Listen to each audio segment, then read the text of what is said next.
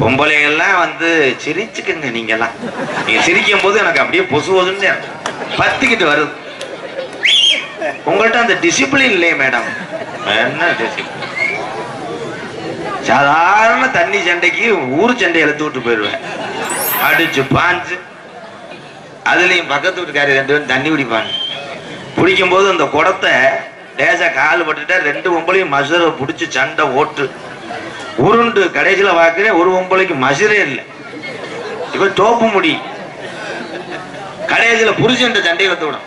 அவன் சாயந்தரம் பாவம் சிமுண்ட கழுவும் கழியாம மட்டை கம்புது அவன் கம்புதுன்னு தெரியாம தூக்குண்ட கொண்டுகிட்டு வந்துகிட்டு நிப்பேன்.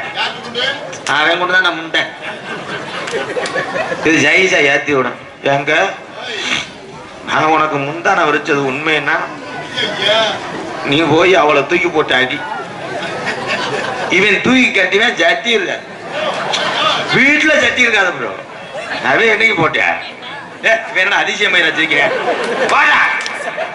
அவ்வளவுதான் காமெடி சிரிச்சுக்க. இதெல்லாம் கேட்டு போய் டீச்சர்ட்ட பரிச்சை எழுது புழு புழுன்னு இருக்கான். என்ன சொல். ஏன்னா அந்த சிரிப்பு தான் உலகத்துல விலை மடிக்க முடியாத உங்களுடைய சிரிப்பு. சிரிக்கும்